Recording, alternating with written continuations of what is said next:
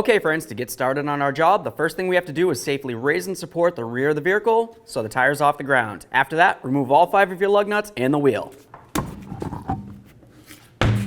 With the wheel off, we have a nice clear view of our upper control arm right here. I'm going to start by removing the outer bolt.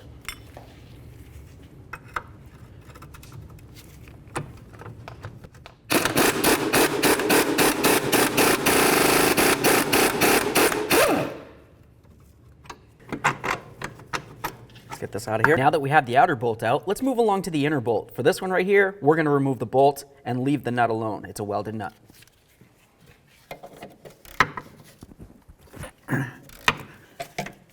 There's the bolt. There it is, friends. It's time to install our upper control arm. Pay attention to this hole right here. That means that it's going to be facing towards the inboard aspect of it. So we're going to turn it just like this and start putting it in.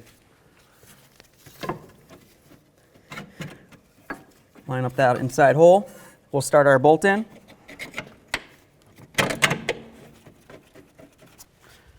Now we'll come out here and do the same for this one. To put in the outward one, you might happen to notice that it doesn't want to line up. If that's the case, just take some pliers, give this a little twist, and it should slide right down.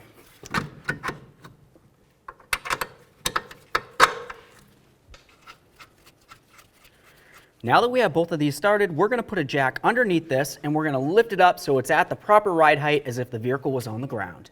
Now that we have pressure on this holding it up, we're going to continue on to snugging up our bolts and then we'll torque them to 70 foot-pounds.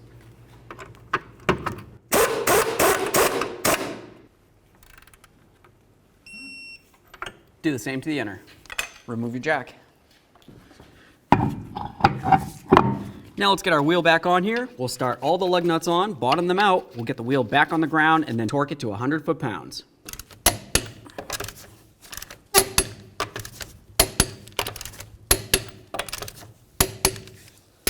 Torqued. Okay friends, we got the job done. Now all you have to do is safely road test your Jeep down to your local alignment shop.